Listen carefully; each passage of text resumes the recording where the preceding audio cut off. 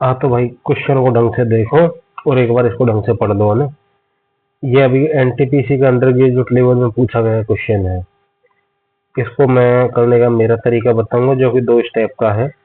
बाकी अलग अलग बंदे ने अलग अलग तरीके से करवा रखा है, ठीक है। तो क्वेश्चन को उम्मीद है आपने ढंग से पढ़ लिया होगा।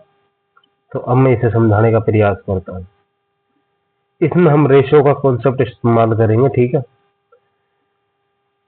ना। मैं इसमें मिश्र धन मूल धन ऐसे मिक्स करूंगा मैं, कुछ नहीं। मैं ओनली रेशियो के आधार पर क्वेश्चन समझाऊंगा, आपको समझने की कोशिश करना, समझ आ जाएगा। देखो क्वेश्चन में हमको क्लियरली दे रखा है कि क्या कहते हैं कि 2.7 की रेट है, 2.7 की रेट है, ठीक है।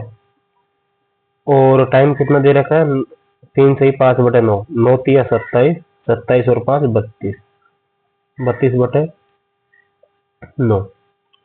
ये इसका ब्याज हो जाता है। आप इसको एक्स मान सकते हो, यहाँ पे कुछ भी मान लो, मैं एक्स नहीं मान रहा। ये इसका ब्याज हो गया। लेकिन मैं एक्स की जगह मैं इसको 100 से कंपेयर करूंगा डायरेक्ट, कि भाई ये ऊपर वाला तो ब्याज हो गया, नीचे इसका टोटल हो गया मूलधन, ठीक है। रेशो में चेक करें इसे। तो ब्याज हमको क्वेश्चन के अकॉर्डिंग दे रखा है 2808,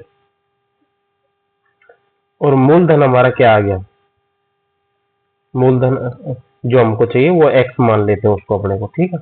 यहाँ पे ये 100 ऊपर चला जाएगा, जैसे ऊपर जाएगा 100, तो यहाँ पे ये 100 हो गया, ठीक है।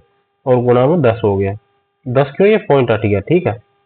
ओके, अब जब इसको हम सोल्व करेंगे तो हमारे पास में मूलधन प्राप्त हो जाएगा, ठीक है। उम्मीद है यहाँ तक चीज समझ आ गई होगी मैंने क्या किया है, ठीक है। जब इसको सोल्व करेंगे तो यहाँ से हमको एक्स क्या है, मूलधन, जो कि हमको प्राप्त हो जाएगा।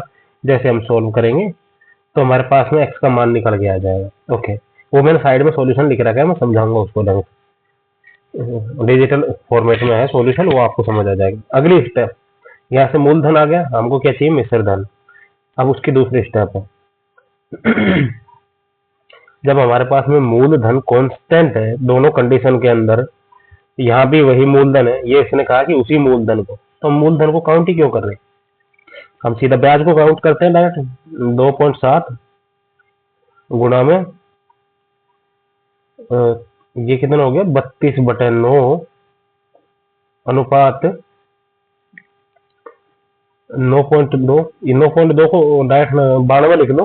क्यों लिख लो 92, क्योंकि हम रेशियो ले रहे हैं, ठीक है।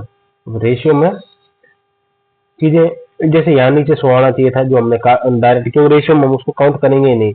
तो यहाँ ये 27 है, 27 गुणा 32/9, ये 92 गुणा 5 15, 15 और 2 17/3। इसको हम रेशियो ले लेंगे, ठीक है। अभी यहाँ रेशियो ले लेंगे तो इसका मान हमको क्वेश्चन में देखो ये दे रखा है 2808, 2808 दे रखे, क्यों यही ब्याज है।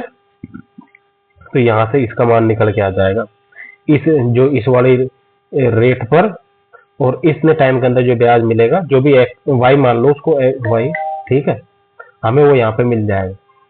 और हमसे जो एक्स हमने मूलधन निकाल लिया था, एक्स प्लस वाई